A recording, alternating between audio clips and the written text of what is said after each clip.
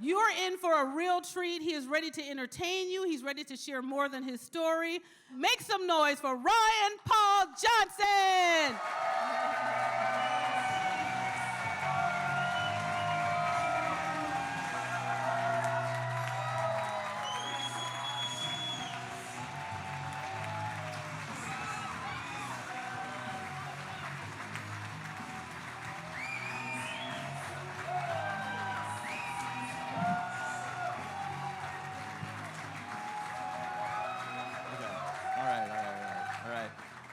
Thank you.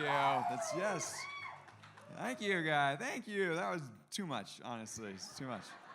My name's Ryan Paul Johnson. Yeah, I have a disability.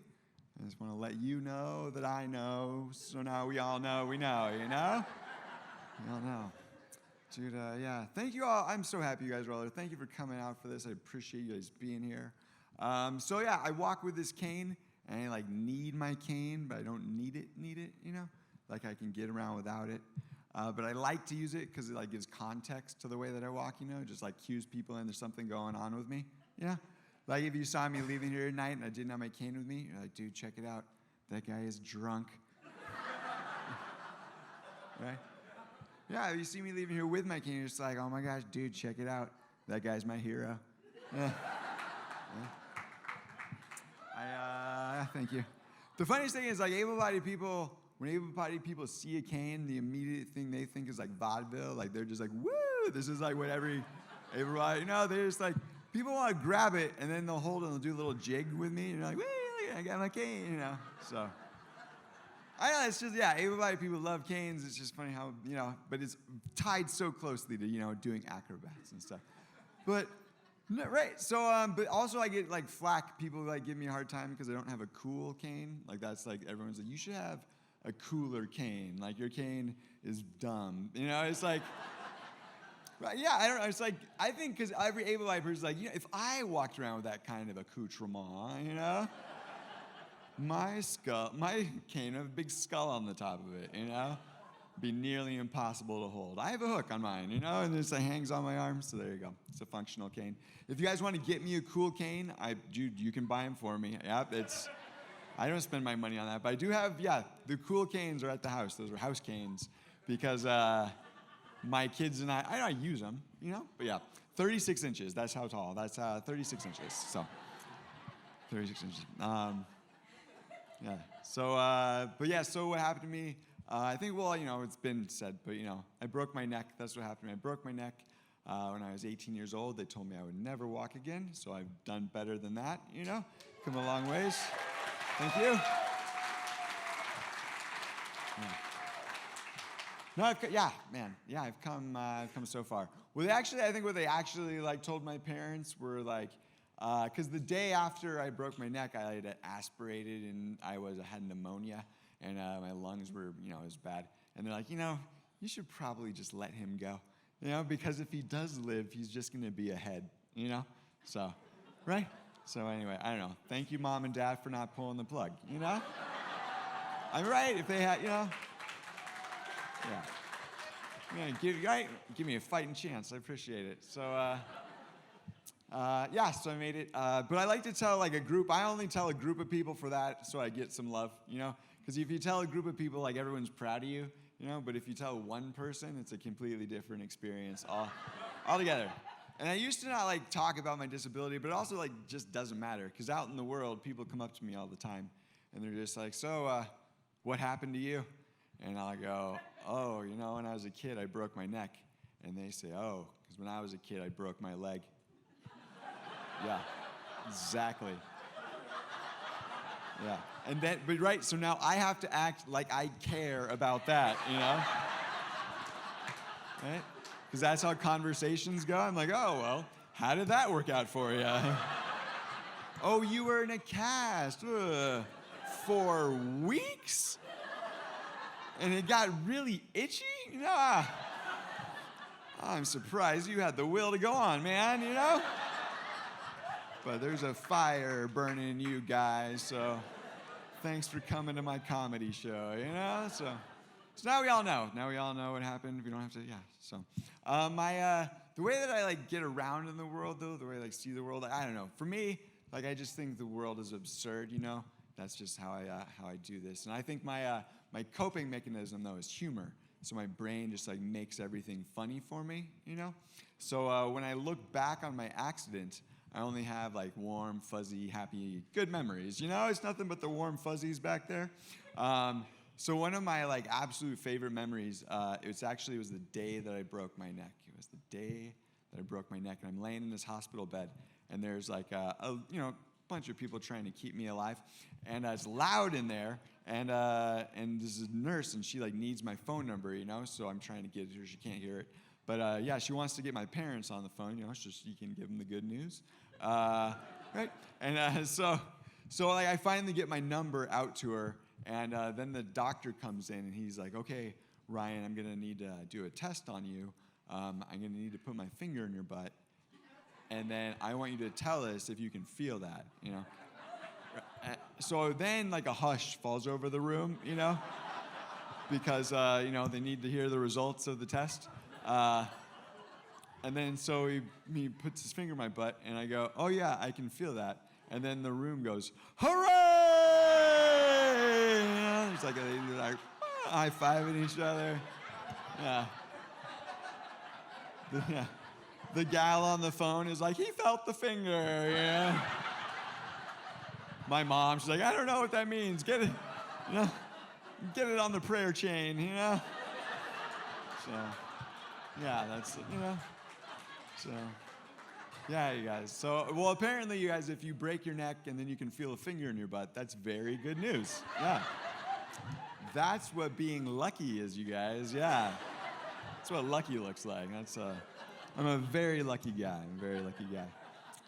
It was funny, though, but my wife, you know, she heard me tell that joke, or she heard me say that, and she's like, you know, Ryan, no, like, your brain doesn't make everything funny, you know, not, you know. Because, like, me and the kids still do a ton of stuff that pisses you off, you know? So I was like, yeah, what is it that my brain, like, makes funny? What are the things? And so, like, when I look back on it, it's just, like, you know, like, trauma and tragedy and suffering, you know, and pain, you know? All the stuff you need to get through major trauma, those are the things my brain thinks are hilarious, yeah. It's just all that stuff. But then the thing I had, like, when I had that realization, like the next thought that like smashed right up against it was, oh my God, when my wife dies, it's gonna be hilarious. You know? Like I'm going to feel horrible, you know? It's just, you know, my brain's gonna think that's hilarious. So I don't know. But I don't know, the thing too, like at a wedding, they don't let you at funerals, like no one ever lets you like laugh long enough to cry, you know? You'll get there if they just let you go long enough, you know? Just gonna have to, like, I know, I'm sorry, you know? This is part of my process, you guys. It's funny first. It's all funny first. So yeah, so that's stuff. So I don't know if you guys, I don't know. Can you guys imagine how good it would feel to have a cockroach dug out of your ear? You know, like, could you imagine just how amazing that experience would be? You know? No? Wouldn't it be? I think it would just be like it'd be so, right? Because, like, you wouldn't know. You, like, wake up one day and you're like, oh, my God, you know, what the heck is in my head? You know, there's, like, this piercing behind my eye. Oh, it's so loud. You know, I imagine, like, eating, crunching on whatever. I don't know, you know?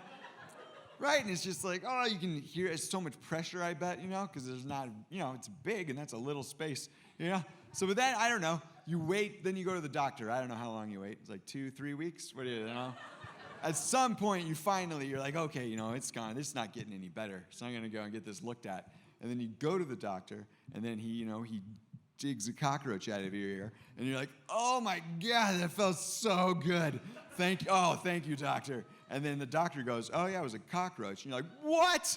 There was a cockroach in my ear this whole time? I didn't even know. No? Okay. Well, see, no one appreciates suffering, you guys. No one, like, the humor in suffering. You wouldn't ever know till the end. You never knew you had a cockroach in your ear. You just had a hard thing, and you know? No.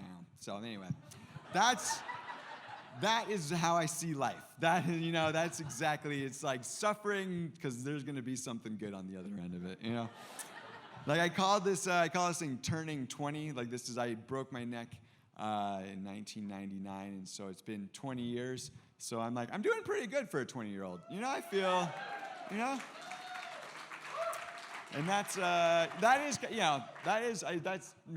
way I see it too. Like I'm like, when that 18-year-old, we killed him back there. So that guy's dead, and then it's a new guy because I had to like relearn how to be a person. I had to like regrow up and redo everything. So I feel like I've been married 15 years, so it's like pretty good for a 20-year-old. Not bad. Not bad for a 20-year-old. I had a couple of kids. I've had both types of businesses, successful and criminal. Yeah, both types. Yeah.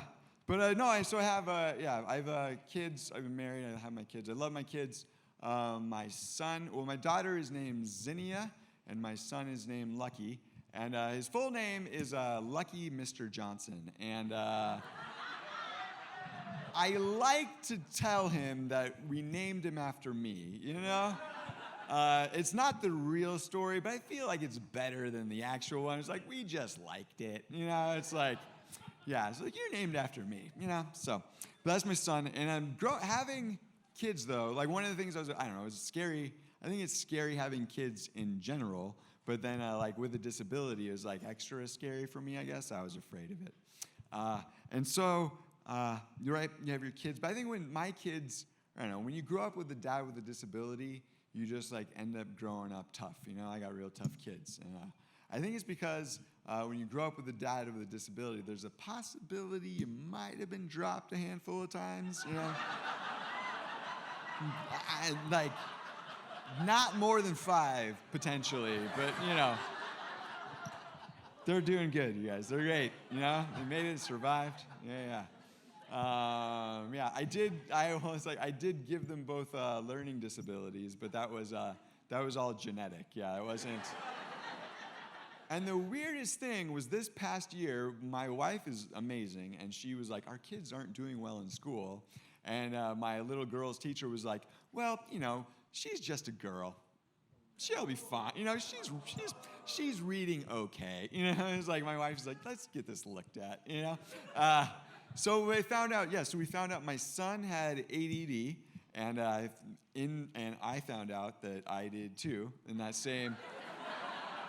Because they're like, this is what ADD is. I'm like, that is my life. And they're like, this is what you have. I'm like, oh, that's nice to know. But then my daughter, we found out that she's dyslexic. And also in that meeting, I found out I am too. Yeah. I had I was like, they told all the things, like, oh, it's hard to read, like, you can't, like, skip lines, and letters are always backwards. I'm like, I still can't write my B and my D this right way. I messed that up. Yeah, so I was like, oh my gosh, it would have just been nice to know. I don't know. So my kids, they're like the gift that gives back. They're like, hey, they're like holding a mirror up to me. Look, Dad, it's not your fault. It's not all your fault. It's genetic there too.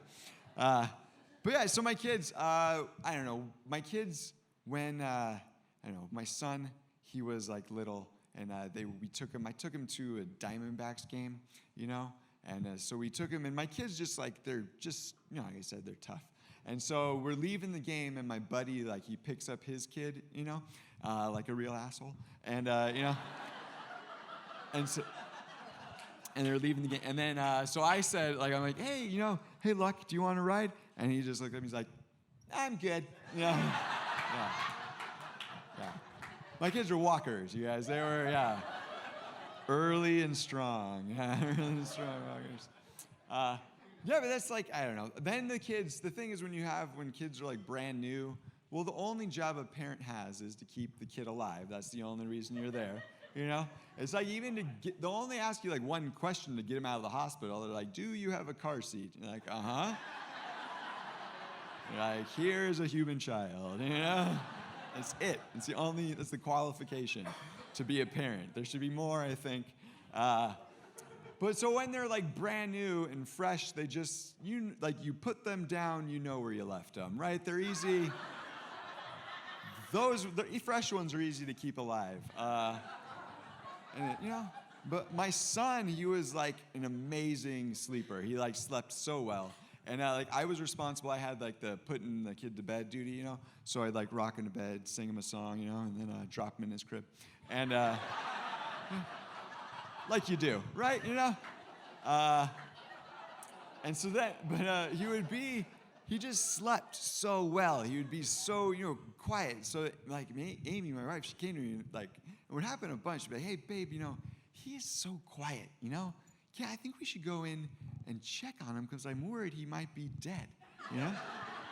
And I was like, well, hey babe, like, can't we check on that in the morning, you know? Like, if he's dead now, he'll be dead then too, you know, right? What and like, what are you gonna? Right? Yeah. I don't know. What are you gonna do with a dead baby at 2 a.m? You know? No idea, right? Nope. Yeah. Yeah. I just figure like I think you will handle that situation better on a full night's rest. That's all. That's all. You know. So guess what, you guys? Not dead. Not one time. Yeah. Not one time. Yeah, I made it. I know. Oops. So, but then it's like 18 months go by, and it's like the kids get mobile, and it's like they're over life already. And they're like, 18 months on this rock is enough, you know? Don't get to see my mom's boobies anymore. You know, get me into some traffic, you know? It was like, I just like the parents of toddlers are on suicide watch, like full. That's what you're doing if you're, you know, yeah. And so my problem or thing was like, my kids, like as soon as my kids got mobile, you know, they were like already faster than I was, you know, like. So thankfully though, I had my cane, you know, so. Like, they'd start moving. I wouldn't really need to know if they were going anywhere. Just knock them over with it. You know, it's like, oh. You know. I got like a long reach, too. You don't actually have to hit a kid very hard either. You know, it's like, it's more of a nudge, you know? They go right down, yeah. But I mean, they're built for it at that age. They're right by the ground, you guys. Yeah, they're right there. So, yeah. I'm a hero, you guys. I'm a hero. That's how I see that. Yeah. Right?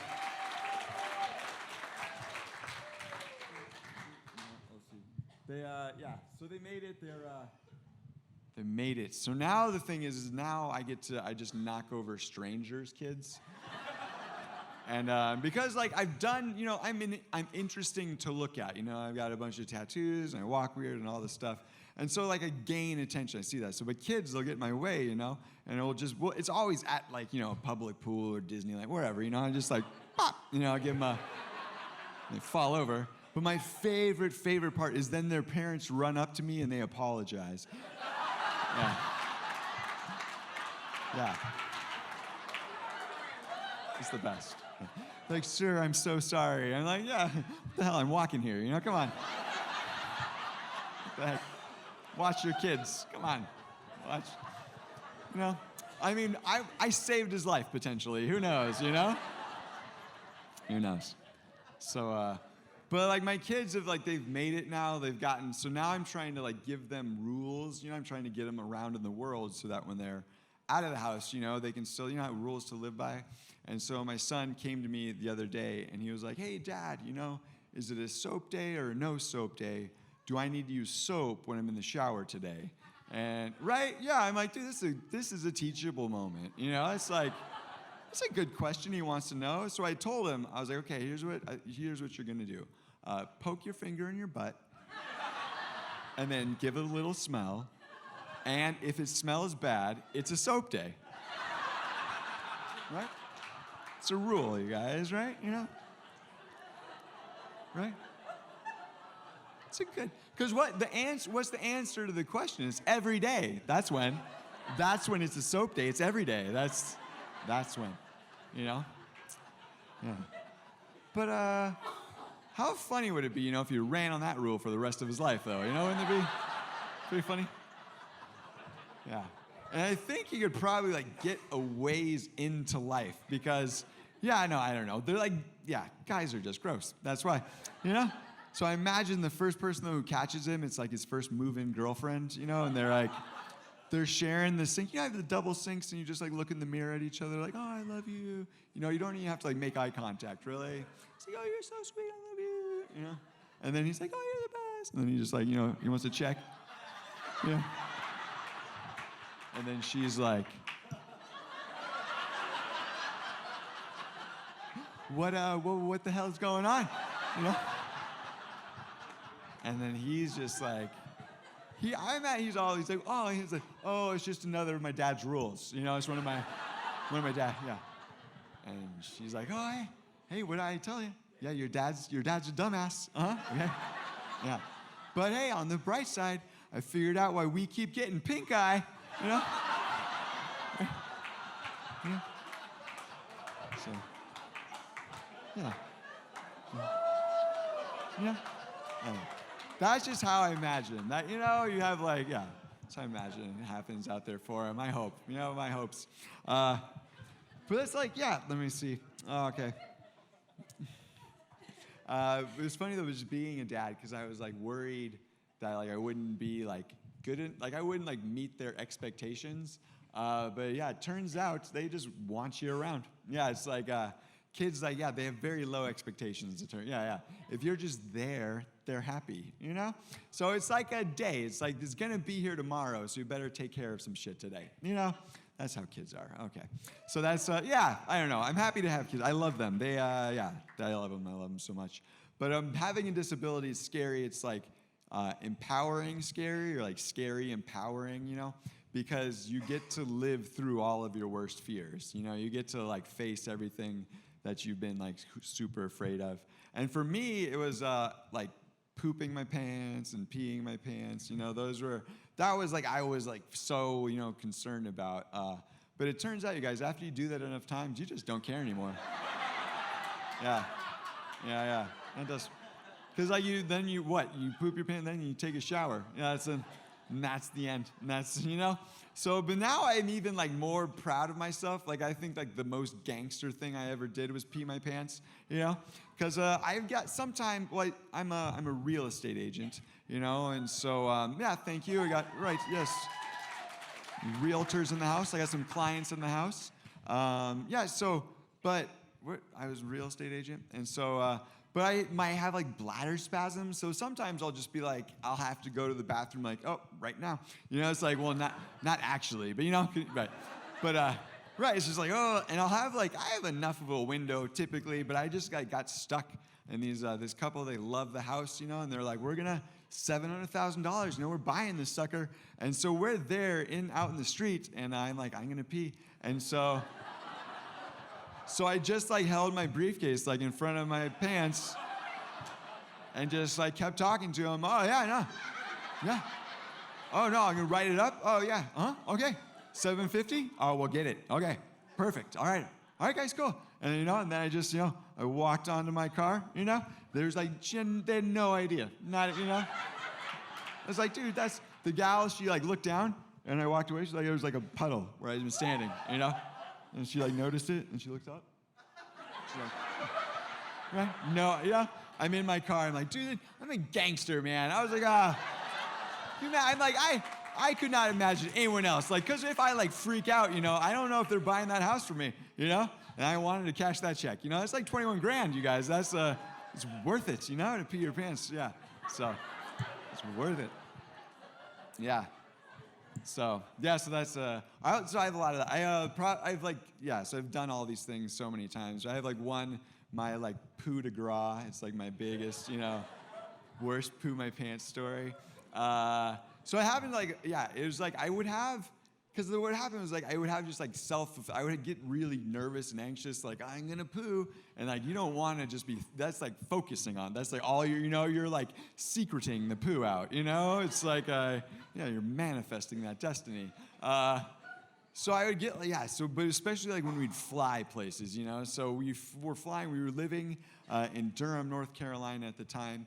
And so we'd been dropped off at the airport, and then we were coming back, so we're getting picked up from the airport, and I pooed my pants in the Durham airport. Yeah, in the baggage claim. And it was like I thought I'd make it to the bathroom. It was like I got in, and then it was like I don't know, it just didn't work out, you guys. And so it was bad. So I'm like I have to like clean up in there, as best as I can. And I just like end up throwing everything away. I just like throw my shoes and socks away and just like underwear, everything. I put my jeans back on. Like, it's like disgusting in there. And then I gotta find my wife. I'm like, find her. I'm like, hey, babe. She's like, what's that smell? I'm like, oh, don't say it. Yeah. It's like, dude, I pooed my pants. She's like, what? I'm like, yeah. I'm like, I need something to put on. And so we hadn't really gotten our luggage yet. And so she just like reaches into her carry-on bag, or rummages around, and she pulls out this pair of like black silky pajama pants, She's like, here you go, and it's like I'm like, oh great, so then I'm like, oh, this is it. This is all you have. And so I'm like going back to the bathroom, and like as I'm gonna go in, there's like the guy coming out who cleans the bathrooms, and he is pissed, not happy. He's like, oh, somebody, do not go in there. Yeah, someone destroyed that bathroom, and it's a mess. There's a family bathroom around the corner. You should use that, So, going to my family bathroom, and I put on these like silky pajama pants, and they're just like, they're all clingy and silk, So like my butt's like in there, like my wiener's poking out. It's just, And then we gotta my buddy. So we don't have a car. So now we gotta like go and like wait. We gotta get picked up, and I'm in the whole thing. And so then we go back out, and they've been waiting for us. Like, what's going on? So you gotta like own it. But I want it to be like funny. Like, but I want them to think it's funny. But like I'm not okay with it yet. So like, this is funny, you guys. Come on, it's funny. It's funny. I'm just insecure. And they're like, oh, it's not funny. Not funny, yeah. That's like, I think, yeah, that's one of those is like, in retrospect, yeah, that's one of my, because looking back, it took me like, yeah, I told that story for the first time this year, you guys. That's how long it took to be cool with that one. Oh, yeah. But, yeah, because I've had worse moments now. Like, I pooed my pants on a stage one time, like right in the middle of a show. No joke, and I just left, Yeah, that's what you do. I left and I took a shower and I came back and I finished the show. So that was, yeah, that's what I did. No one knew. At least I don't think. I imagine that as soon as I left, that the guy who owns the club was like, dude, Ryan pooed, okay, you guys? So when he gets back, just be cool, all right, everyone? Everyone be cool, be cool. I have a ton, yeah, I have so many poo your pants stories, but I was in, too many on, yeah. But I was in a Costco recently, and I needed to go poo. And when you have to go poo in a Costco, like that's not something you choose, That chooses you guys, And so like I'm going, so I'm getting to the bathroom, And I don't know if you ever see a guy, moving like a little bit better with a cane, It's you maybe hauling some ass to the bathroom, like trying to move a little faster. So I get into the bathroom, it's like the first stall. That's the one that's the one I use. And so I get in there. And you guys ever seen like a liquid chocolate extractor? Like one of those where it's like hot, super hot chocolate, but then on the outside it's like cooling. So it's like jet stream in the middle, and it's like rolling up on the edges. So that's like kind of how I had one of those, in there. And so when I get done with all this, it's like what I really need is a shower. But like all I have is the world's thinnest piece of paper to clean up with, So I like don't get, it's gross. It's just like, oh, it's all over. You're like, So I don't get clean. I just give up. I'm like, there we go. That's all. This is it. And so then I go back into the main place. I'm washing my hands really good.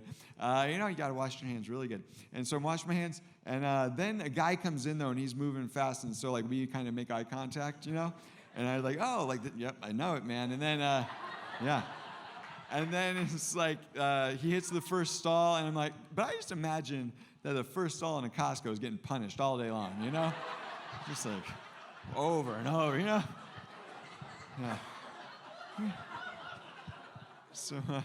But this guy does something that like I'm not expecting at all. This guy blows my mind because he's like, he like rolls out a foot of toilet paper, and then he rips it off, and he's in like, he's blowing his nose. And I'm like, whoa, buddy, the last guy who touched that paper literally had his hands in his ass, You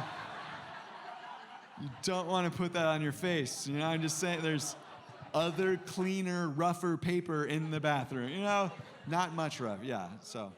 But I imagine that guy too. He's always like, man, went to Costco and I got pink eye again. I don't know. Don't get it, Don't get it. Yeah, so, right, it's just it's a tip, just a little, So I think just because people, I think people I love able-bodied people. I think people like our bodies. I think we're kind of gross, but I think but I love able-bodied people. Like you guys, just it blow my mind with all the stuff able-bodied people can do. And it's not even like athletes and dancers, just your run-of-the-mill garbage people. I just love watching people move, walk around. I'm like, oh, I love it, But and it's because I have a hard time. I've had a hard time with my body, just being okay with it all. I kind of hated my body for a super long time.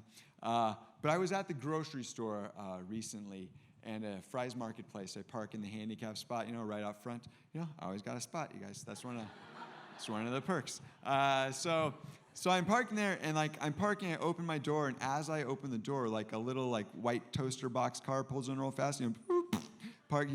The guy jumps out of the cart and it grabs the first shopping cart that's right there, and then he takes 2 hard pushes and jumps on the thing, and just rides it into the store, super committed. Have you ever ridden a shopping cart? You can't ride it all back here. You're up over on top of the thing, It's like an event, So this guy, I love this guy already, So then so I get out of my car, I walk across the street, I get my shopping cart, the double doors open, I walk in, and this dude, as I'm opening the door, this guy is getting into the self-checkout line. He's a basket full of groceries, and he's checking out like it's supermarket sweepstakes, He's like, dude, he's like, shopping takes 15 minutes, that's all. I was like, dude, this guy, he's my hero. This is my able-bodied. Oh, I love this guy. This is what I want for all of you guys. I'm like, I just want to see able-bodied people skipping around. It's right at that fun, it's you don't have, there's a spot where you couldn't run a mile, but you'd probably be able to skip a mile. I don't know why that works, but that would just make me so happy. Only because, I'll be at places, and it's if people, I'll pass people, if I get, I get, stuck behind someone in the mall. It's what, if a guy with a cane is getting by you? Come on, I don't know. It's just, I don't know, yeah. But I also think, because, see, able-bodied people I've noticed just, hate their bodies for, dumb reasons. That's what makes me so angry. And so, me and my wife, we'd watch this show called Atlanta Plastic. I don't know, it's what it is it's a television show where good-looking, able-bodied people come on television to complain about how much they hate their bodies. Yeah, they're like, oh no, my nose is just not, not quite right. So my wife would love the show, and I hate it. I was like, ugh, I hate this show. So I would watch it. We'd watch it. I'd watch in protest. I would be standing, right, behind the couch with a beer. That's how I'd watch the show. So I could just be real judgmental the whole time. They're like, oh, this guy, people come in like, oh my God, this piece of crap. Oh, Amy, get in here. You got to see this guy. Who doesn't, hates his face. And so, yeah, she's not even watching it with me anymore. I just, she doesn't, I ran her out of the room because it was like, hey, babe, Atlanta Plastic's on. Yeah, I'm going to be standing right here for half an hour screaming at the TV. But it is because, for my own personal sake, I was just like, I wish people, I wish you guys loved your bodies. And then Amy, though, my wife, she was like, hey, Ryan, maybe if you loved your body, you wouldn't think about killing yourself all the time, Not funny in here? Sorry. It's funny in rooms where they don't know me. So, yeah. So, where people don't, yeah. You guys, if everyone here knows you, then, no one thinks that's funny.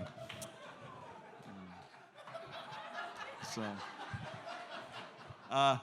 but yeah, so, but she was right, honestly. So.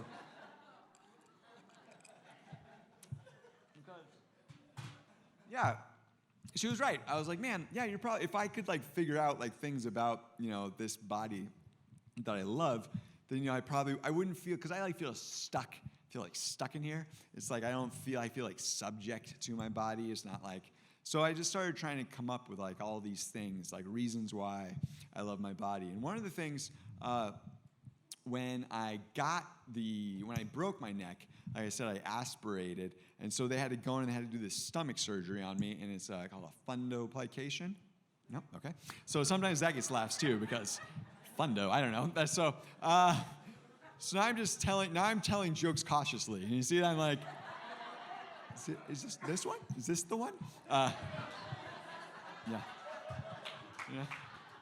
So, but yeah, now I don't even have the fundoplication. And what that surgery is a surgery they do for people if you have like super bad like indigestion or heartburn or whatever, and they take the top of your stomach and then they like wrap it around the bottom of your esophagus. So then like I have like an iron gut. Like everything goes in, nothing's coming out. There's like so because of that, it's like I can't throw up or anything. Like I can't puke or, nothing's coming up. So it's great. I can eat anything. I'm super happy about that. But also, like I'm in charge of all the gross stuff around the house. Anything that involves cleaning up something disgusting, that's like because I can't throw up, So they're like all the poos and pees and vomits and all, everything horrific. They're like, yeah, right. But like I'll still dry heave while I'm doing it, So I'll just be in there like, oh. Yeah, Amy, are you okay? I'm like, yeah, I'm good. Yeah, and then she like loves it because then she'll like get me going. She'll just like because then she can plant the image in my brain and make me gag. She'll just be, we'll be sitting there. She's like, oh, remember that throw up? I was like, oh. Stop, Look. Yeah. So, but then also like, that's, I've taken it upon myself too to like eat all the food that might just be going bad around the house, like a lot of the stuff I eat smells like a rotten, or it tastes like a rotten grapefruit smells. That's a lot of the food I'm eating around my house. But that's the other thing is, I guess, because of the no throw up thing. My accident happened when I was 18, so like every drip of alcohol I've ever drank, I've had to process. I've either sweat it out or pee it out. I've never gotten to throw it up, not one time. And so, but I think I was kind of lucky, honestly, I don't know, with the disability, because I would like incapacitate myself before I could black out, So, so when I'd go out drinking, I wouldn't like designate a driver, I'd designate a dragger, And I'd be like, find the biggest guy. I'm like, big guy. I'm only 130 pounds, man. Yeah. No problem. Yeah. Me and you all night, buddy. Me and you, yeah. So, like the worst, like awful drunk I ever got was in Las Vegas, and I was driving one of those jazzy scooters, and I fell out of the jazzy scooter, and then a group of people got me back in the jazzy scooter, They're like, oh my God, get that guy a drink, So, yeah, they put me back in, bought me more alcohol, So I feel like if I fall out of the thing that's supposed to be getting me around, I don't think I should be getting around anymore. It's like, I think that's like your body's way of like giving up. You're like, no, I'm done. Calling it quits. So, yeah, that was so that's because of that. So that's like, in college, because of the thing, and because of the drinking, we're like, oh, maybe we should like think about getting it reversed. There was like, if you get, it's like you get food, I don't know. So let's get it reversed. So I went in to find out about how you get this surgery reversed. And so what they do is like, they have these like super long silicone like fallacy thing. They're like tapered, and then they just like they're just like, and they down your throat into your stomach to stretch, so it's just like, and then they get a bigger one after that, and there's and then the third one, and then I'll be able to throw up, So I just won't throw up anymore, you know? I am good. Thank you. Yeah. I'm good. So I did not go for it. I kept, so that's one reason I love my body. You know, that's like, that's something I love about my body. You know? Yeah. I got more reasons. Yeah. Other stuff I love about my body is, probably like my number one top of my list thing was, I don't have to watch me use it, you know? Like, it's because, like, I've seen the video, man. Me getting around is scary as hell, you know? It's like, oh my gosh, I'm gonna fall over every second. So, but that is, like, how I live. Like, that's one of the things I love is that the way I walk, I do this, like, almost trip and fall thing. And, like, but I never fall down, or, like, almost never, right? And then I'll recover, but it just, like, scares the crap out of people. It's like and I love it. It's so, like, we were walking, I was at the Princess Resort, and I'm, like, walking up this hill, you know, and I do the almost trip and fall thing, you know, and then this lady is walking at me, and she's like, like, she almost fell over, you know, because and then her husband's like, what, yeah, and she's like, oh, nothing happened, you know, he almost tripped and fell, you know, I was like, oh my gosh, I love my body, I love, you know, getting to do this to people, this is the best, But there's, like, other things I've realized, it's like, when people see me doing something, like, I don't know, they think, I know what people think. Like, people see me doing something dumb, and I just, like, I know they think I'm retarded, you know? And it makes me feel so good, you know? No, because, like, able-bodied people, I hear them all the time, like, I don't want to look retarded, you know? It's like, right? For me, it's like, oh, thank God they think I'm retarded, you know? I don't get away with anything, you know? It does not matter. It doesn't matter. Yeah, that was one of those, there's no other way to tell that joke. I'm sorry. There's other words we tried to stick in there. That was the only one. There's, like, mongoloid, but that wasn't funny enough, you know? Special sounds pandering. I don't know. So, but I'm literally love that people they'll see me do something like, oh yeah, he just needs a little extra, you know? Like, thank you, you know? That's, I'm okay with that. I am. Yeah, one other thing, the last thing I found recently, and this is just a real, for some reason, like, my body got, like, I don't know, or the connection, when I need to go poo, my nose runs like a faucet, like, just, like, just on faucet, like, oh, you know, it's like but it's like a weird, like, tell, it's like, ooh, I'm like, oh no, my nose is running, I'm gonna need to go poo, you know? I don't know what, you know, and so, but I know that, so, right, and I have the rule about toilet paper in the bathroom, you know, it's like, I don't want to but it's like so much, you know, so I realized, like, oh, my body is just like, I'm, like, producing my own, like, moist towelettes in there, you know? It's like, you know, like, how that's gotten so popular, like the Glade wipes and all those things, it's my body's way, you know, I don't know. It's like, it's just me wiping me off of me, you guys, it's nothing. Like, ew, you know, and that's great. The paper is the only thing that's not me in there, you know, that's the only, so that's another reason. I've also started doing the thing where I just flip it all, where I flip, like, that bugged me. It's like, oh no, I gotta find the reason why that's great. Why are these things amazing, you know? Right.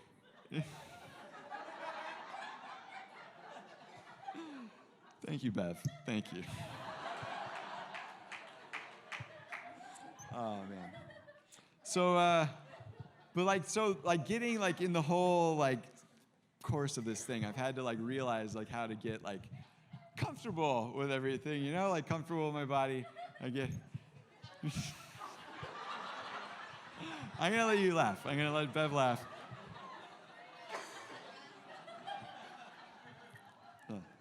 No, I love it, because I'm thirsty, and so...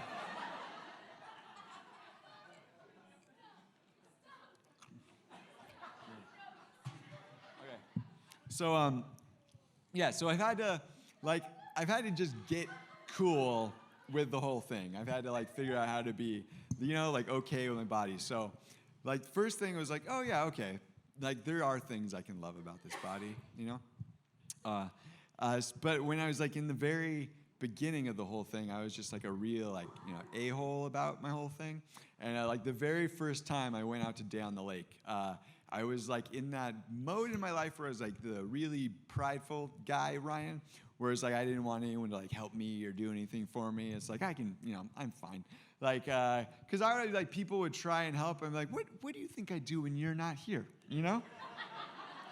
So, right. So it's like my very first time out at day on the lake, and so I'm walking down, and I'm wearing a backpack, and I'm carrying like a gallon of water in one hand. I got my cane in the other hand, and I got to walk out to the lake, and it's like super far. It's a walk, And while I'm doing the walk, there's always lots of volunteers. There's tons of like really amazing people who they came to help, And so I'm early on in the thing, and so this gal, she's like, hey, let me take your water bottle for you, and I can carry it down to the end of the dock. And I was like, nah, I'm okay. No, I'm fine. I got it, And then she was like, oh, no, come on. Like, it's like a far walk, let me take you, And also, like, when we get down to the end of the thing, what's everyone going to think if you're carrying a water bottle and I'm not carrying anything, And I was like, oh, I didn't know this was about you, Right? Yeah. And then, so I thought that, like, I like saying things like that to people because I figure it usually shuts them down right away, It's just like a funny, gotcha. But this lady, like, wasn't going for it, She was like, she wanted that water bottle. And, yeah. So then she's like, she starts telling me the story. She's like, you know what? Real recently, I lost my job and I was late on my rent. I didn't have the money. And so my friends, they wanted to give me $200. And I didn't want to take the money. And so I told them, no, thank you. And then, my friend, she sent me this email. And it said that in the email that she wasn't being very Christ-like, because she wasn't being humble. Because, one of the characteristics of, being a good Christian is, humility. And so if she was, doing what Jesus wanted, she would have, like, accepted the money from them. And the gal, she's like, and I got the email, and it made me feel really sad. And then I said, oh, I know. Aren't Christians the worst?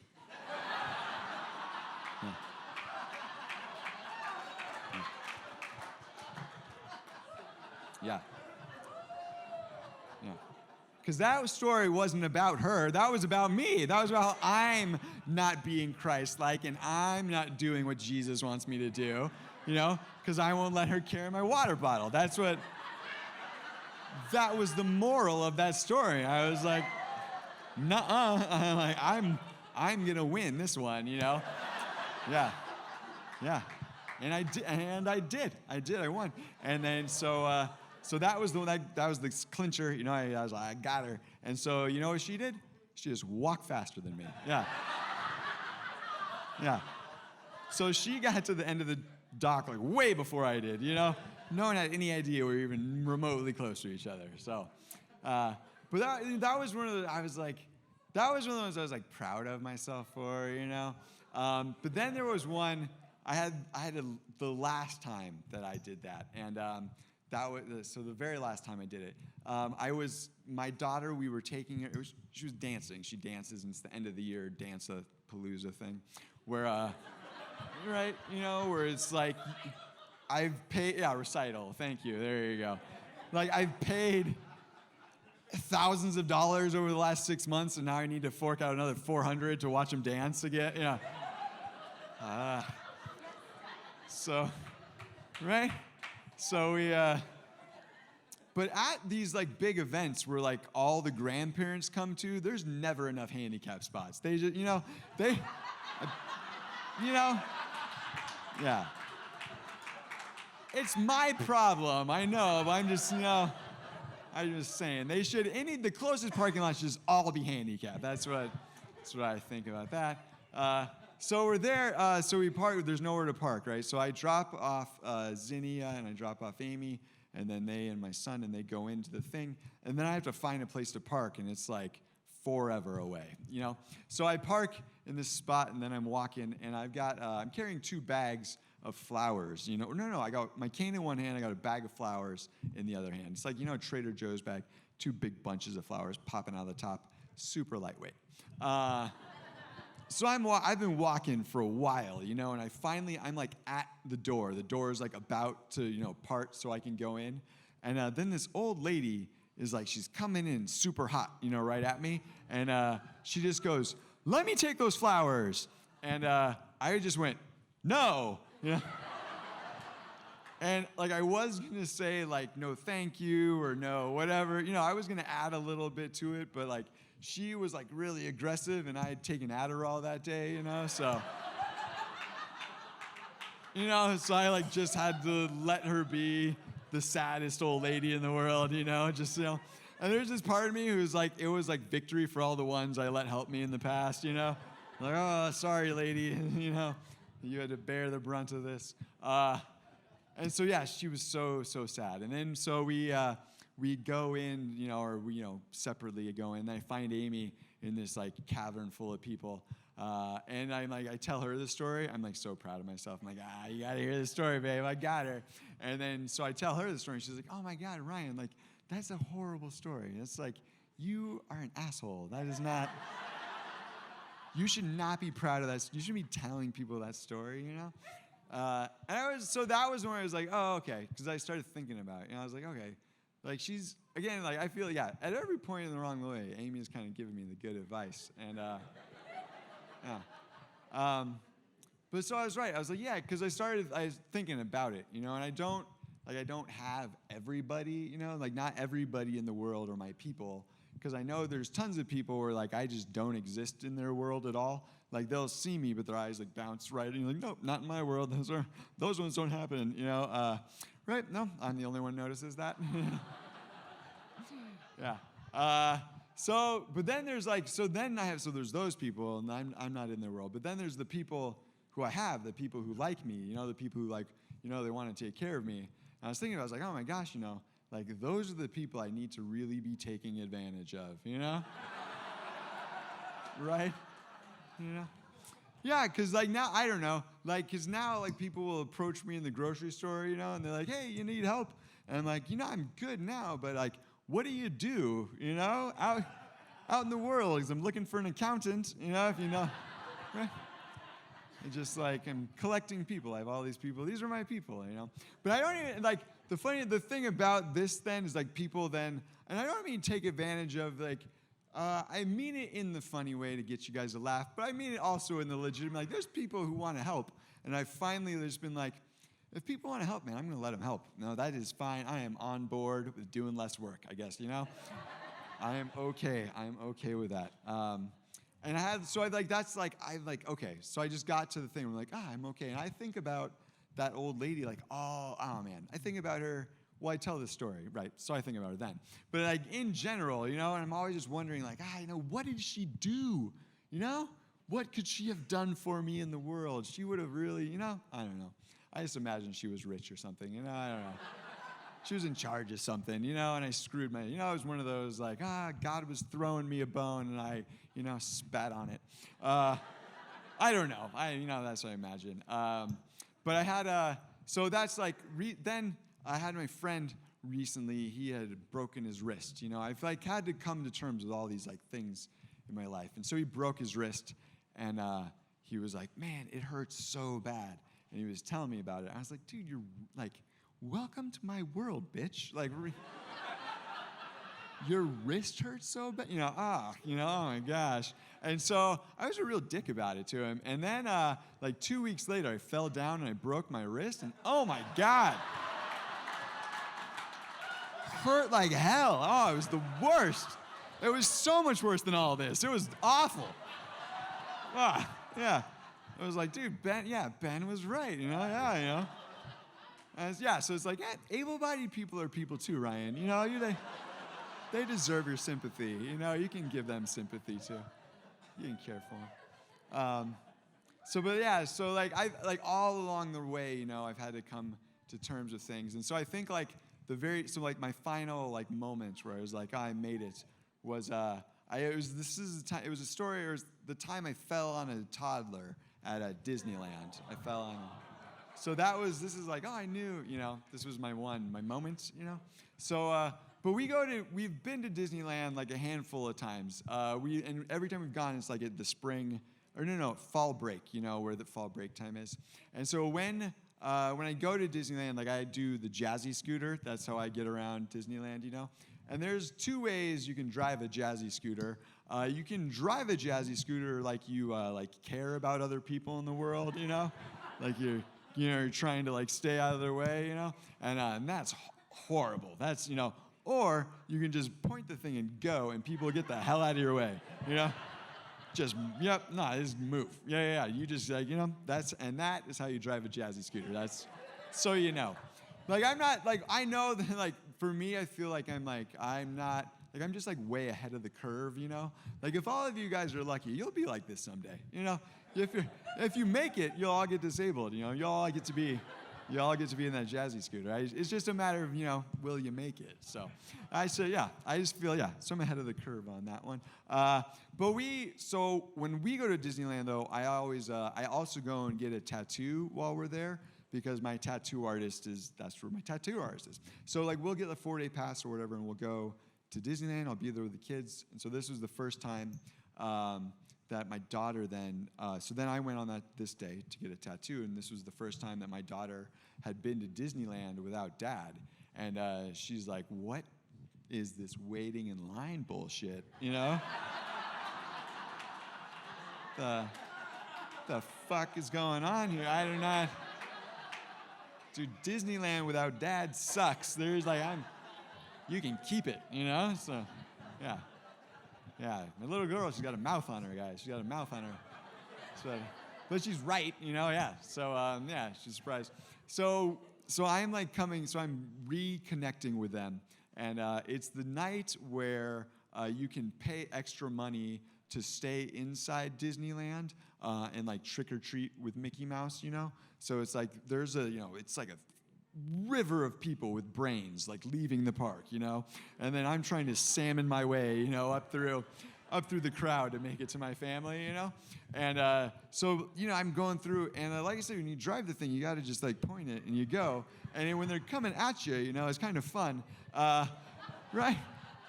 At Disneyland, though, it's like a real city, though. You know how there's like floor level, and then there's like street level. So there's like there's tripping hazards all over the place, you guys. So I'm like cruising through, and I see Mary Poppins, and Mary Poppins is coming at me, It's Mary Poppins and Bert, like they just jumped out of the chalk drawing, Like he's got that suit, like he got smacked with a orange creamsicle suit, And so they're coming at me, and I'm doing and so then in my mind, like Mary Poppins wins in the status, like I don't want to like scare Mary Poppins out of my way, so I'm like, okay, so I get out of Mary Poppins' way. But as I'm getting out of her way, I realized that I'd gone up a level, So I'm not on street level anymore. Now I'm on curb level. And so as I go over, I'm like starting to go over, like, slow motion like. And as I'm going, there's a Japanese couple walking towards me. And they have a double stroller, And so there's a baby in the front bucket. And then the second bucket, though, is completely empty, So like I go over, I land right in that empty bucket. Ba-bonk-donk, And it's like, it honestly could not have worked out better for me, you guys. It was like, it was perfect. And so, but I hit the ground, and I'm like worried about the baby because the scooter went right on top of the baby, And I was there, And so I'm thinking like, like the baby, but in the hierarchy of things, like crippled guy on ground is like worse than baby, So like I won, and that like. People care more about, they're like the ones that care more about me. And like when a disabled person's on the ground, like able-bodied people, like no one's happy with that. They're just like, they want to get that up as fast as they can. They want like, I don't want to see that, no, But I don't know if I'm hurt at this point. Like I don't know what's happened to my body. So I'm on the ground, so these guys grab me, and I just go like, no, like let me get off me. I'm like really, like, I'm like, angry about it. And, so then, they back off, and there's like a crowd of people, like they've all like grouped around to like watch what's going on, to watch me. And so now I'm like trying to like get up, and I can get up and realize I'm not hurt, but I need like specific help to get up. I want to get up a specific way, and no one's gonna listen to me, to like help me. So I'm just gonna do it myself. And so then the guy, someone in the crowd goes like, "Hey, give him his cane. Maybe that'll help," And then everyone else is like, "Yeah, give him his cane, woo!" They like found the answer. They're so happy. Yeah. And so then, Bert's like holding my cane out to me, he's like, "Here, the cane." So I like take the cane, like, "Oh, thanks," I just throw it on the ground, because like, not helpful, So I finally I get the one leg up and I stand up and I'm standing there now, and there's like this, loose ring of people. And then I hadn't like been thinking about it really, but like Mary Poppins was there. She'd been standing there the whole time watching all of this, So I stand up and I see her, and she sees me, and she comes over and she like puts her arm around me, and she's like, "You don't need to be embarrassed, I could have fallen down." And like everyone in the crowd is like, "I fall too, yeah, me too." I fall down all the time, It's like everyone's super like, "Hey," they all like, and but for me, it's like I'm not embarrassed. Like I wasn't embarrassed, like even like none at all, because like I was only thinking of like this moment, I'm thinking like, how does this end? Because I can't wait to talk about this on stage. Like, this is so funny. Oh my God, I can't wait. And so I'm trying to figure out like, how does it end? What's the clench, And so I was standing like, I guess I could be like mean to Mary Poppins, but But so I was just like, "Oh," okay. And like I just told her, I was like, "Oh, well, thank you, thanks." And she's like, "Oh," and sat down on my jazzy scooter, and I salmoned away, and I was trying, like I told this. Then I came home and I told the story to some friends, and I was like, the dilemma. I'm like, I don't know what the end is, But then I was like, oh, but there it is. Like, there was, that loose ring, like 10, 12, 15 people out there, And those people, man, they have a story. I will tell you, They're like, I was at Disneyland. This disabled guy fell on a baby. Mary Poppins was there, Right? It's like, yeah. So I was like, oh, man. It was like, yeah, it was a gift. That was my gift to those people, That's what I was there for, So... And that's, thank you guys. And I think that's where I came to, that's like it for me. I've come to that point where it's like, I do see my life that way now. I went from really hating living in this body to like just seeing what an amazing gift it is that I've been given and have the ability to give to other people, because like I get tons of credit for like just showing up, Like, if I am like, I get to the gym and people are like, "Oh my God, good for you. I can't believe you. You're inspiring, I'm just standing in the space." So, but yeah, you guys, thank you so much for coming out with us tonight. I appreciate you coming.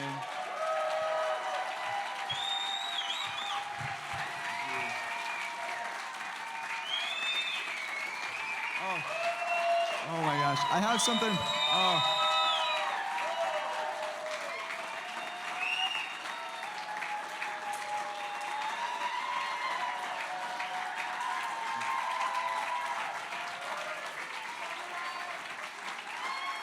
Love you guys.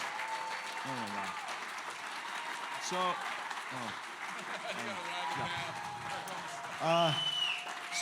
Thank you, everybody. I love you all.